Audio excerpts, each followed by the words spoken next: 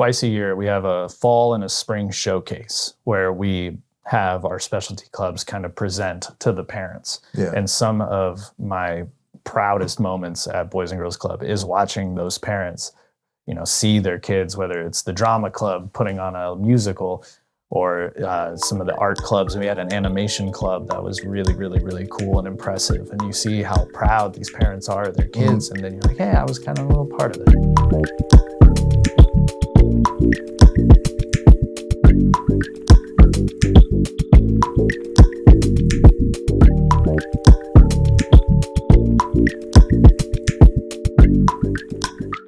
Good afternoon and welcome back to the Same Business, Different Day podcast.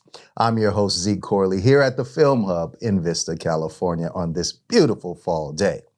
Today we have a special guest guaranteed to inspire our audience of the possibilities in entrepreneurship. Not only is he the proud owner of his own business, but he also works for a major nonprofit organization at the same time. His story is a testament to the fact that there are many paths to success. With determination and preparation, anything is possible. But as always, we'll start from the beginning. So ladies and gentlemen, please welcome Justin Buhagiar to the Same Business, Different Day podcast. There's an applause there for you, I promise. Oh, is there an applause? Man, what an intro. Now, the applause wasn't for me pronouncing your name right, probably. How do I pronounce it right? Buhagiar. Buhagiar. But I mean, it was a good effort. I'm gonna give it a shot again in the middle of the show. We'll see how I do. That's fair. You did just tell me 5 minutes ago, so it's not. I probably will get it wrong again. Yeah, I mean, everybody does. You're not the only one. First, man. It's really good to have you, man. Hey, I appreciate you inviting me and allowing me to share. Yeah, we've crossed paths. Folks are used to me wearing a hat on various episodes, and they've never seen me wear a hat like this, but maybe it'll all tie in later. So we'll have that conversation. It's a good look on you. I appreciate it. I thought you were gonna, do the same thing with me or so, but we should have talked about this. Yeah, I would appreciate it, a heads up. With this show, we try to inspire, potential entrepreneurs, even folks that are currently in business, to kind of get a good understanding of where other successful people, the path that they took, right? Everybody's path could never be the same. Sure. But we might cross some paths at some point, and you could be inspirational to them. And so that's why I'm glad to have you here and kind of let you tell your story. Well, I'll try my best. I appreciate it. So where did you grow up? I grew up in Northern California originally, between Sacramento area and the Bay Area. Mm-hmm. So I have family in both those places still. I visit frequently. Awesome. I was born in San Mateo, moved to Sacramento at a young age, grew up in Sacramento. Great place to grow up in the suburbs out there. It's definitely a family atmosphere in Sacramento. That's where my godparents and godbrothers are from. Mm-hmm. And so we've spent a lot of time up there visiting them. I'm from San Jose, so not far from you, but Sacramento's not the Bay. It's not the Bay. There's not a lot to do. But that's probably why it was a good place to grow up. It was, hard to get in trouble. Yeah, I get that. So you have siblings? Yeah, I have a little brother, Brandon. Mm-hmm. He also lives down here in San Diego. Shout out, Brandon. Yeah, shout out, Brandon. And then I have two older stepsisters and then a even younger half brother. So very mixed family. Okay. Yeah. Okay. Not the traditional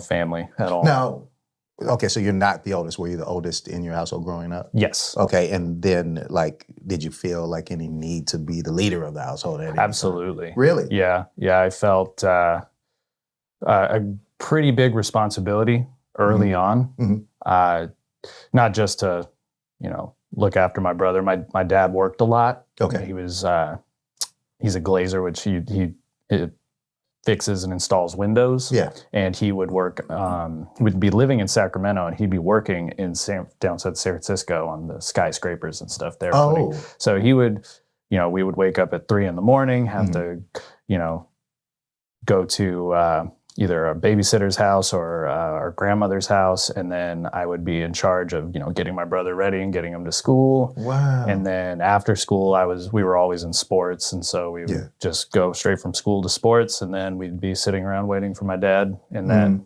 because he's got traffic, that commute. the traffic on the I-80, to come back and pick us up. So it was a lot of times I was just responsible for the well-being of myself and my brother. So yeah. Did you did you consider being a glazer? Did you have ideas of what you wanted to be when you grew up? Yeah, so I think my story is a little ironic. When we get to the end, you'll see why. But when my very first real job, right, and I had jobs where I was under the table. I was too young, at restaurants, washing dishes, bussing tables and stuff. But my first real Builds job. character. Yeah, exactly. I think everybody should do that, at some point in their life, just to get a little perspective. But not necessarily under the table though. There's taxes and stuff. Yeah. No, the under the table part, no. As a business owner, that's very bad. But no, my very first job was with a school district, and I was running an after-school program. Really? Yeah, so I ran an after-school program at an elementary school, and I did that for about 3 years while I was finishing up high school, and then I went to college originally for a degree in early childhood education. Okay. So I wanted to be a teacher. Okay. Once I got enough credits to become a head preschool teacher, I applied. I got the position at a private preschool out in Folsom. And you had that resume. You'd already run this program before you even... Yeah, so I was, it was good with kids. And, I was able to run a program with... Even take care of your brother, now that I think about it. So, your resume is strong for early childhood. For that point in my life, being 16 years old, You were only 16? Yeah, when I got that position, I was 16. I worked there until I was 20. So, yeah. And what school did you go to for the early childhood education? Well, at that time, I was in between Sac State and American River College, which is a community college there. Yeah, I'm familiar. I played soccer in high school, and so I had some opportunities to play a little bit. But the summer going into my freshman year, I got hurt. Okay. It's like the classic, I would have been something if I didn't get hurt. Nah, I wasn't that good, but I got hurt. And then I was like, well, I don't want to pay all this money if I'm not playing, because that's why I really wanted to go to college. And I was, young, and I didn't know what I wanted to do at that point. So I supplemented at the community college, which highly recommend to any young person that's trying to figure out, what they want to do in life. Community college is a perfect place to start. 100%. But so I got the early childhood education units, was a preschool teacher, head preschool teacher. I had 24 4-year-olds. Okay. For one whole school year. Absolutely hated it. I realized very, very fast that maybe teaching is not for me. That's funny because I was over locally here. OG's is a pizza spot, and there was this lady at the bar. We were just talking about what we do for a living or whatever, and she said exactly what you just said. But she loves her job. But she said, I have 24 4-year-olds. She's like, and I have to get ready for tomorrow morning. I got 24 4-year-olds. Yeah, no, and mad respect to the people that are able to not only, do that at a high level every day, but like love it. That's, I wish that I could have fallen under that label, but I learned very fast that I just did not have the patience required to make it in that field. Right. And this was just before my 21st birthday, as this was all happening. And so I said, what's the exact opposite of teaching? And that's when I joined the Army. Wow. So. Okay. Now, we've had guests on here that have gone into the military, and obviously so many of them have different stories. And I'm sure in the Army, you've heard a lot of stories about why different folks joined. Some of them becomes a family legacy kind of thing. And then there's the question of which branch, So did you have family members that had been in the Army, or how did you get there? No, actually. So I was telling you before we started recording, my dad is actually an immigrant. He came over here early in his life And so we had no college graduates in our family. We had no military. We had basically laborers is kind of my lineage. And so my family was actually kind of disappointed and upset when they heard the news that I had joined, because they were very anti, like, we don't want you to go off and, maybe never come back type of thing. They were very like, they were worried, very worried. Mm-hmm. It wasn't necessarily unpatriotic. They were just worried about you. Absolutely not. No, they were just more worried about me and, have you exhausted every other option? This seems kind of drastic. Yeah. Do you hate the kids that much? Absolutely not. For the record, it wasn't the kids. Yeah. It was 100% the parents.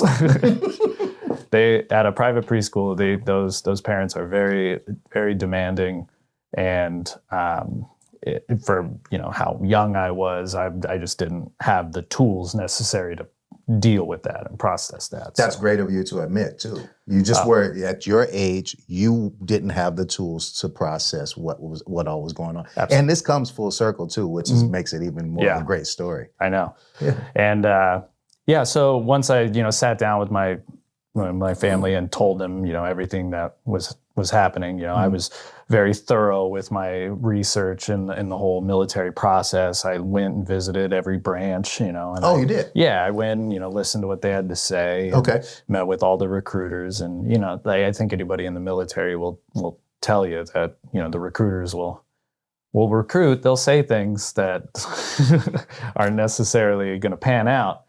But hey, sales is sales. Exactly. Sales is sales. And I said, you know what, I'll just take the ASVAB, the entry exam. I'll take it, see what I get, see what happens. So I was an okay student. Okay. I was never a great test taker in general. And, I went into it open-minded, didn't really study. There was definitely a few questions I guessed on. Okay. But I ended up getting a 99, which is like almost perfect, if not perfect. I'm not even sure. And so they essentially gave me a binder. Well, if it's out of 100, it's almost perfect. Well, it could be out of 90. I don't know. So then they said, here are your options? Yeah, they said, here are your options. You could choose any one of these. You're qualified to pick any one. And I was like, okay, this is intense. I'm going to have to spend a weekend thinking about what I'm going to do for the next 6 years of my life. Right. You sound real independent, though. Like, you were making these decisions. It didn't sound like anybody was, obviously your family wanted to influence you a little bit, but it sounds like, you were about to make a decision on what you're going to do with the rest of your life, and you weren't asking for advice. No, absolutely not. I grew up again in a household where on my 18th birthday, my dad said, okay, now you're going to move out or pay rent. And the rent he was going to charge me was more expensive than going to get a place with my friends. So at 18, I moved out. And so it was, I lived a very independent childhood up into early adulthood. There are definitely people who can find parallels with what you just said there. Yeah. That's pretty awesome. Hello, friends. I'm Joe Samo. I'm an attorney in San Diego, and I'm the host of Run It By My Lawyer. It's a great podcast where you will learn a lot about the law, and it is very entertaining, if I say so myself. And you could get it for free anywhere you get your podcasts, and you could follow us on Instagram at Run It By My Lawyer. This podcast is brought to you by YourInsurancePlace.com. Owning a business is hard work. You put your blood, sweat, and tears into it every single day. You need a partner who understands the ins and outs of insuring small to medium-sized businesses. For over 40 years, our California Property and Casualty Insurance Agency has insured businesses just like yours. We've seen it all, and we've learned a thing or two about what it takes to keep your business protected. That's why we offer free policy assessments. We'll take a look at your policy and let you know if there are any gaps in your coverage. Let us help you to protect what you've worked so hard to build. YourInsurancePlace.com.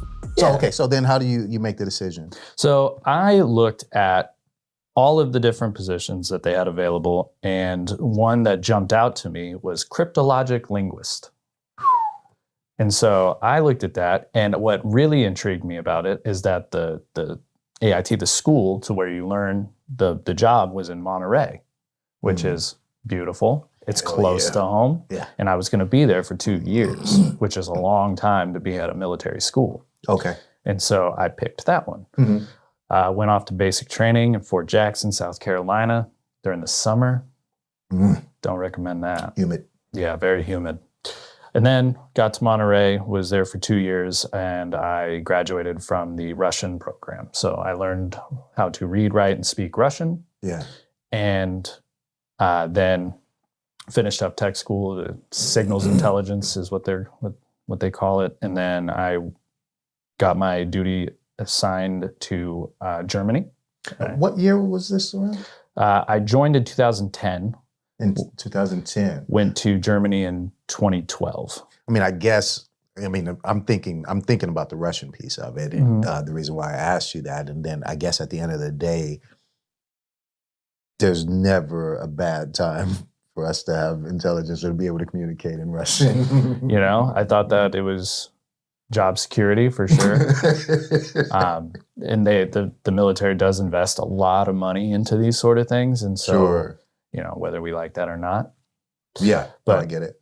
And I thought learning a language is a very, valuable skill anyway. So if I only wanted to, do one contract term and get out, then I have that on my resume. And graduating from the Defense Language Institute, it's a very prestigious military academy.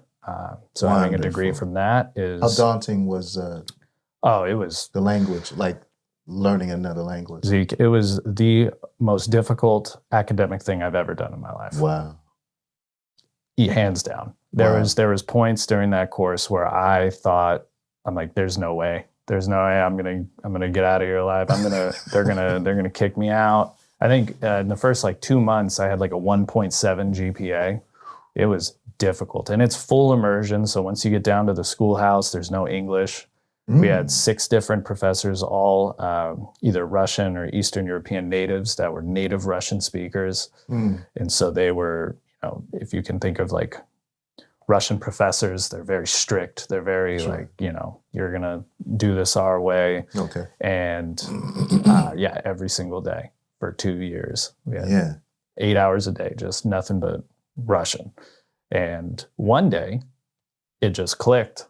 And I was just like, oh, I kind of get this now, which I've never had an experience like. How did you know it? How do you know it clicked? You said one day. What happened that day? Well, I was in the barracks in our dorms, and I was with my roommate, Quinn, who's still one of my good friends. He graduated the Russian program too. And I was doing my homework, and I was getting so frustrated. And I was like, you know what? We need to take a break. So we went out and we had a couple drinks, came back, revisited it. I just was like, oh, this makes so much more sense. And so the answer is Russian vodka. I didn't want to say it. But it's, it definitely helped. And I understood it. I was like, this is... Wow. 100% gettable now. And finished with a 3.2 GPA, and I saved it. It's interesting. I was in a past episode, we talked, I think it was the conversation that we had with Moses Say of Meraki Allure. And we were talking about other languages. I think it was with him. But I knew I could speak fluent Spanish when I started dreaming in Spanish. I have a couple of stories about dreaming in Russian as well, but they were more military related, but I can totally understand where you're coming from there. That was when it clicked for me. I was just like, wait, what? It was like the whole thing, it was just mind blowing. I woke up like, oh shit. My brain knows this stuff. Right. Now let's get it out of my mouth. I appreciate that story, man. That's really awesome. Your story about the military. And I know there's a lot, you took it to another level, right? You got into some high security clearances and all kind of really cool things. Did you feel at risk or danger at any point? Sometimes, yeah. We were, we had some missions that were definitely dangerous. There were some, so our primary mission at that point was combating human trafficking. Okay. In Eastern European countries specifically, like the former Soviet Union countries. So that was It was very, very interesting. Some stuff is obviously very, very sad, and it's still very prevalent today. But I also got to do a lot of really, really cool stuff. Some like diplomatic stuff, going to embassies, serving as an attaché in certain areas, meeting ambassadors and Beautiful. And training other nations' militaries, NATO members and stuff like that. So would you serve 3 years? I served 6. 6. Okay. And then what was your exit? What did you do at that point? Like, how did you know you were done? And then what did you do? Yeah. So I think most people in the military will tell you that the military is not for everyone. Sure. I kind of had it run its course. At any given time, you have 7 or 8 bosses kind of yelling at you all the time, and that's just par for the course in the military. Like, it doesn't even matter how high of a rank you get. There's always going to be somebody yelling at you. Yeah. And so that kind of lifestyle and, the day-to-day of that took its toll. And I think that I, as like a natural entrepreneur, there's lots of things that I wanted to accomplish that weren't possible while I was still serving. And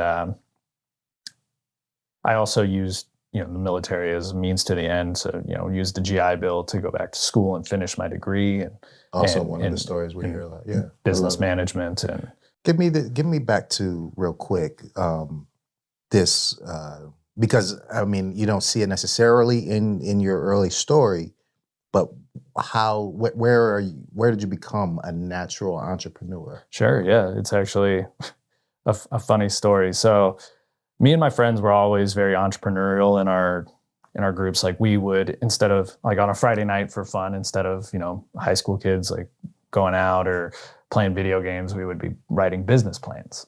Beautiful. We would be trying to do what we can to start any kind of business we possibly could.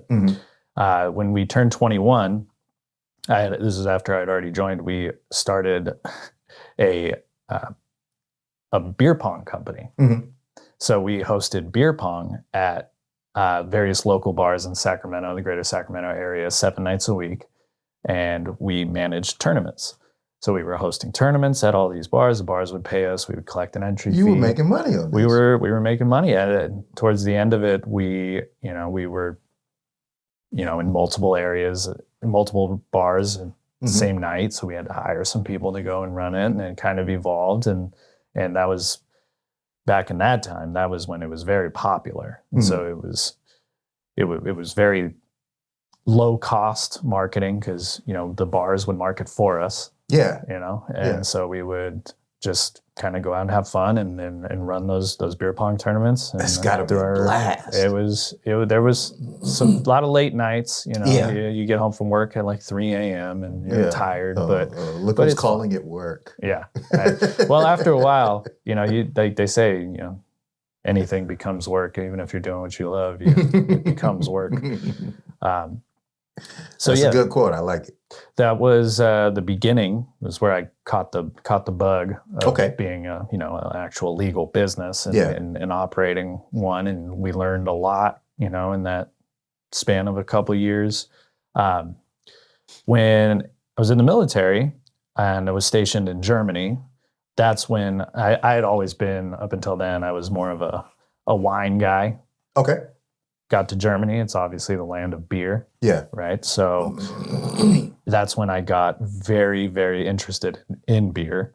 Okay. And I was actually at a pub that was on the corner that had been there for over 1,000 years, this old brewery, and was talking to the brewer there and was just asking him all these questions about the beer. And he actually gave me a starter yeast from his family's brewery. That yeast, they've been using generations of the same yeast, and gave me some old homebrew equipment. Okay. And so I went in my kitchen and I tried to brew a batch of beer, and it sucked. Absolutely ruined it. And then went back, and he was like, okay, well, we'll do it together. So you could see what you did wrong. And then we did it. Beer was good. Went home, did it. Beer was good. So excited. Yeah. I was like, this is drinkable. It probably wasn't even good. It was just drinkable. It was drinkable. Yeah. And then, so I kept doing that while I was in the military, just home brewing. And then I said, you know what, when I get out, I'm going to open a brewery. Mm-hmm. And so I got out, moved back home to Sacramento. There was a brewery that was actually just getting started out in Rockland called Dragash Brewing. And I went in there and said, hey, you guys just started. Can I help? Okay. Because I wanted to get some real experience in a brew house before I went and started doing my own thing. Yeah. So this was a week after I'm fresh off the plane. Like, got out, still had military clothes. Like, still smell like Germany. Exactly. Yeah. So I walk in and they're like, well, we can't really pay you. We just opened and I was like, that's fine, because I was on the GI Bill, and the GI Bill, they pay you to go to school. So I was like, okay, that's fine. I won't take any pay. I'll be an intern or something. Yeah. So I did that for like 3 months. Okay. Did that, and then they said, hey, you know what? We really like what you're doing here. We like your attitude. We like everything that you're bringing to the table. Bring you on full time as our product manager. And then they were going to give me equity, like sweat equity, that I built up over time, and agreed to that. So, built that up over a couple of years, and I was pretty much running day-to-day operations and as owner operator, and I was given tours, and I really loved that job. That was a very fun job. That is awesome, man. That's awesome. I love the initiative, right, that you took. You just walked in there and said, don't pay me.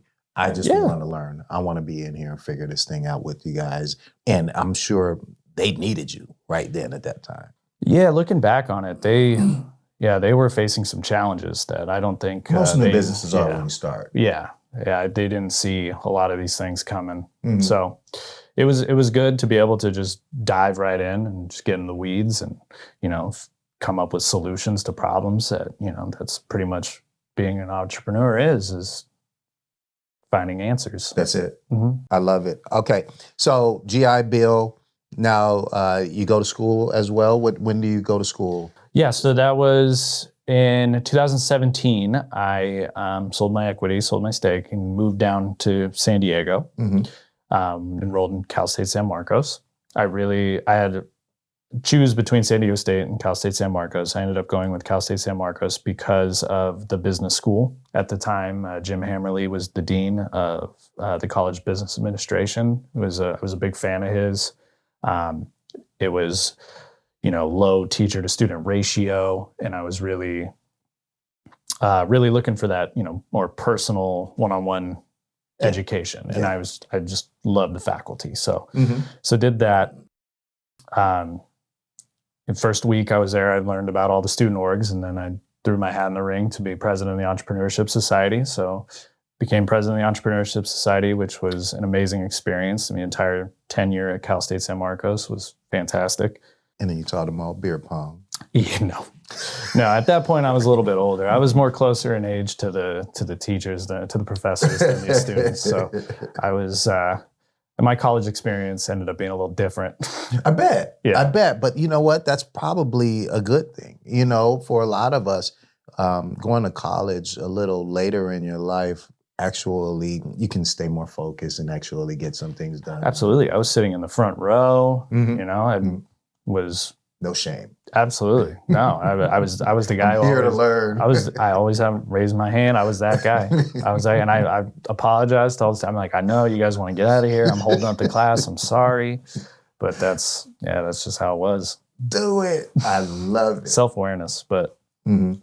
Nah, that's great, man. Okay, so, and then you were studying, what were you studying again in school? Business management and focus of entrepreneurship. Okay. And then, I guess, and then you graduated magna cum laude, right? Yep. Congratulations on Thanks. that, man. Yeah, and congratulations on this whole journey, because this story is amazing, man. I'm excited about it. Yeah. And there's so much more to talk about too. Do we need to take a break? No. Okay. Go ahead, man. I mean, there's so much more to talk about, and we're going to get into it right now. Okay. So let's get into the reveal. Ladies and gentlemen, it is my pleasure to introduce you to this phenomenal entrepreneur and community leader. Justin is the impressive owner of the Brewers Taproom in the beach town of Encinitas, California. His location boasts 24 rotating taps featuring independent craft beers, a true haven for beer lovers. But Justin's impact doesn't stop there. In addition to being a successful business owner, Justin also serves as the business development manager for the Boys and Girls Club of San Marcos. With a staggering budget of $5 million each year, Justin works tirelessly to create a positive impact in our community and provide support and opportunities for our children. In fact, we are honored to have Justin here with us today, just days before the Boys and Girls Club's annual auction, a highly anticipated event with a goal of raising over $200,000 for the club and its programs. With Justin's leadership and dedication and the committee's teamwork, we are certain this goal will be surpassed. Again, welcome, Justin. Wow, what a reveal. That was great. Hey, man, this is your life. We're going to go ahead and say it now because people are probably real confused about why I'm wearing this hat. Yeah. But we'll talk a little bit more about the Boys and Girls Club, but I want to let you guys know that auction is awesome. October 14th, it's coming up. Oktoberfest was what I was thinking when you were talking about Germany and beer. Yep. So now there's all kinds of things happening at the same time, but it is a Western-themed auction, and that's why I'm wearing this hat. Now let's get back to the Brewers Taproom, though. Okay. So this is something. Was this something that you bought into? Was it a brainchild? How did this come all about? So when I moved down here, this is kind of San Diego is the mecca of craft beer, as right. The industry is refers to it as. It's there's way too many breweries. So coming down here, I knew that opening another brewery was kind of out of the question. Mm-hmm. It's oversaturated, and there's already people down here making very, very good beer. Mm-hmm. Some of the best beer in the world, in my opinion. And so why try to compete when you can help further the agenda of the San Diego craft beer, movement. Yeah. So I moved down here, got into contact with a friend and mentor of mine, Chris Duncan, who is the other owner of the Brewers Taproom, my partner. Mm-hmm. He was getting ready to start this project, and I found him and was like, hey, I can help, doing that. I don't need a lot of money. I don't need, but I will work my butt off and get this place to, where it should be, and with the business model that he originally came up with, I fell in love with the rotating tap list. So every single time a keg kicks, we got something new on. That's fantastic. You go to any other bar and it's the same beers all the time. Right. And in a county where there's 200 world-class breweries. Why not give everybody a shot? Yeah, and I think that the industry was moving towards that direction anyway, of everybody collaborating and everybody, you help us, we help you type of community that I really loved. The San Diego beer community was instrumental in welcoming me to this region. It was, a lot of those things that are well-established industries can be very intimidating to start in or come in from an outsider. And it was the opposite. It was welcoming, lots of love from everybody involved, and everybody just wants you to succeed, which is great. So there seems like a lot of synergy, though, within the brewery industry. Yes, and there needs to be quite honest, for this many players in the game to survive. Right. So got that going. I ran day-to-day operations. Again, took relative big cut in pay in return for equity.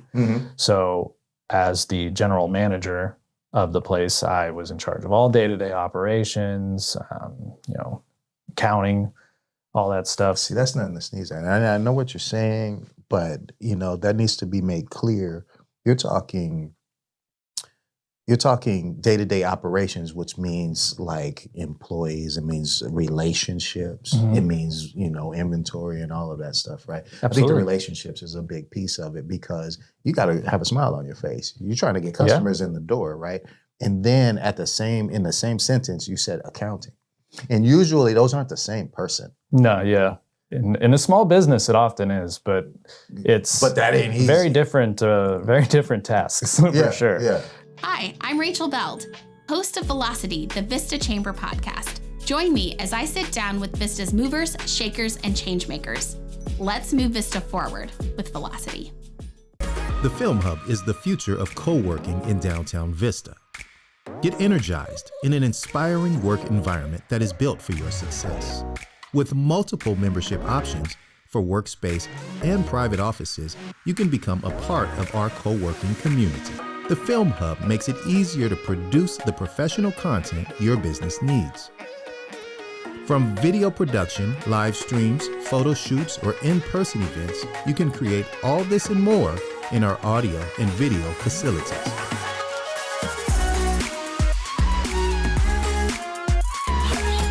Love your work and where you accomplish it. The Film Hub. Yeah. So you got a special set of skills. Well, it's just, jack of all trades, master of none is I can get by. Be humble all you like. I can get by. Good. But but you touched on the relationships, and that was my favorite part of the job by far. And that's what kept me there so long is the day-to-day manager is all of the sales reps from all the breweries and, over the county. They wanted to get their beer into my bar because my bar had a reputation for serving only the best craft beer in the area. Yeah. And I was, very honest and level. I'm Cicerone, certified Cicerone. So I would, sales reps would have to do tastings with me by appointment only on certain days. So it was difficult to get in. But once you were in and we had that relationship, it was great. And then we, obviously got access to very exclusive special release beers that not a lot of places had. Oftentimes we're the only place in North County that gets certain stuff from down south.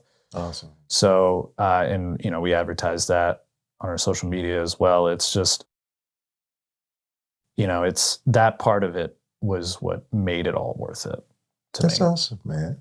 Congratulations to you, man. Cheers. Thanks. Yeah, 100%, man. Really happy for your success. Now, there's more to this though, right? Because now you've got this opportunity, you're running your own business. Like you're doing this thing inside and out, and then you turn around and also work with the Boys and Girls Club. How does you know what I'm saying? Like, Yeah. I mean, like as if you didn't have enough to do or enough to focus on at least. How do you juggle, these kind of things? Sure. So the pandemic happened, and just like any business in the hospitality business, we struggled. And when we were coming out of it and we were welcoming guests back in, there was a very noticeable change in like the energy with everybody.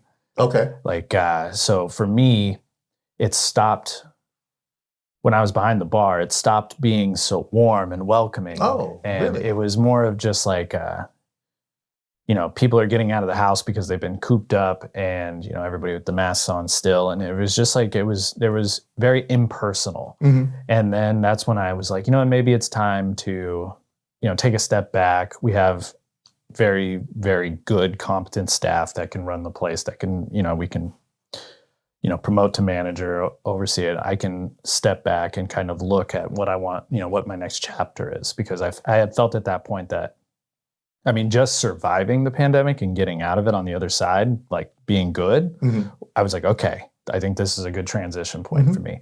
And at that point, just so happened that the business development manager position was created by Kathy Bauer, our president and CEO.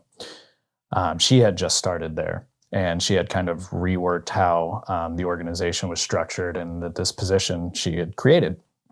So I had gotten word of it through one of my mentors, Emily Hirsch, who I met through Cal State San Marcos. And she had sent it over to me, and she was like, hey, I think this looks good. I know you were saying you were looking for something else. This looks like a good opportunity and it's something you right up your alley. Wow. So I said, yeah, I'll look at it. Mhm. I looked at it, sent Kathy an email saying, hey, I'm interested. Here's my resume, and then she brought me in for an interview. I was her first hire. So that was pretty cool. Yeah. But what really got me to make that transition, I had never worked for a nonprofit before. Yeah. I didn't know really anything about Boys and Girls Clubs, really. I didn't get a chance to go to one when I was younger because, obviously I had to take care of my brother and there was just all this other stuff. You so were the Boys and Girls Club. Yeah, so I was like, hey, yeah, I'll give this a shot. So went, and man, in that first couple months, I learned so much. I bet. About the Boys and Girls Club, not only the Boys and Girls Club, about how the Boys and Girls Club of San Marcos is so embedded into the city of San Marcos. Yeah. Like the community is very, very tight-knit. Mhm. And as you're a frequent member of the Chamber of Commerce events, and you're around. It's a very small community of everybody kind of knows everybody. Sure. And for the longest time, everybody in San Marcos had rallied around the Boys and Girls Club, and this kind of this is where the community hub or the heart of the community was. Yeah. And that's why bringing it back to the auction is our biggest event of the year. It's a community staple. Pre-pandemic, we were at 400 people, and it was kind of like the one big night a year, back in the day in San Marcos, that this was the main event. This was, the who's who of North County was going to be at this event. Right. And coming out of the pandemic, now we're back up to that 400 number, that capacity. As of last year, it was 200. So now we're back to that level, and there's that same energy. There's that same community aspect to it that is just so exciting. It is. There's a buzz around, and everybody's going to be, our auctions are themed always. Every year is a new theme. So this one with the Western theme is going to be so fun. It's going to be silly, and it's going to be, there's going to be a lot of, we're going to completely transform the club into, something out of a movie set. That's beautiful. I know. Man. It's exciting. And all for such a great cause. I'll be working the wine wall. Absolutely, yeah. You can catch Zeke there. Yeah. I'm looking forward to it. October 14th. October 14th, you can get tickets. They're on sale now on our website, boysgirlsclubsm.org. It'll be right on the front page, I'm sure. But it's easy to navigate to buy tickets if you want to come. We are expecting a full house. So it's, and like I said before, it's community leaders, business leaders, elected officials. They're all going to be represented. And it's just a time for all of us to come together and support a very, very, good cause in the Boys and Girls Club. I love it. Okay. So just speaking back to the Boys and Girls Club in general, and I mean, what'd you say, 100 employees? We're growing. It's what's happening there on a daily basis? Kind of paint a picture for us about the Boys and Girls Club of San Marcos. Yeah. And a lot of people, I think, like myself, before I was educated on it, the Boys and Girls Club of San Marcos is a big organization. We, like you said, have over 100 employees. We're on 13 different sites around town, including school sites that we offer after-school programming. We have 2 standalone clubhouses, our Jennifer Loescher branch being our main branch. The address, One Positive Place, is it's unmatched. Yeah, that's a great address. And it's so true. You walk in and the kids, the staff, everybody has a smile on their face. Everybody's doing something fun. And every day, from senior leadership all the way down to the members, to the kids, you see it, you feel it, and it's special. Yeah. It's special. Yeah. And we offer programs, all Boys and Girls Clubs across the country. We offer specialty clubs. and that's all staff led. So staff get to pick what they're passionate about, and they get to, bring that passion and show the kids like, hey, whether it's cheer club, whether it's, there's a candle making club, there's a cupcake decorating club, like all these clubs that you can join, that, maybe our members wouldn't normally have access to. Sure. Like dance, for example. Yeah. Dance can be an expensive hobby for a 100%, kid. yeah. It could be expensive and time consuming. And for younger kids, you get them involved in that, and then 6 months later they end up not liking it, or they want to do something else, or they really like it.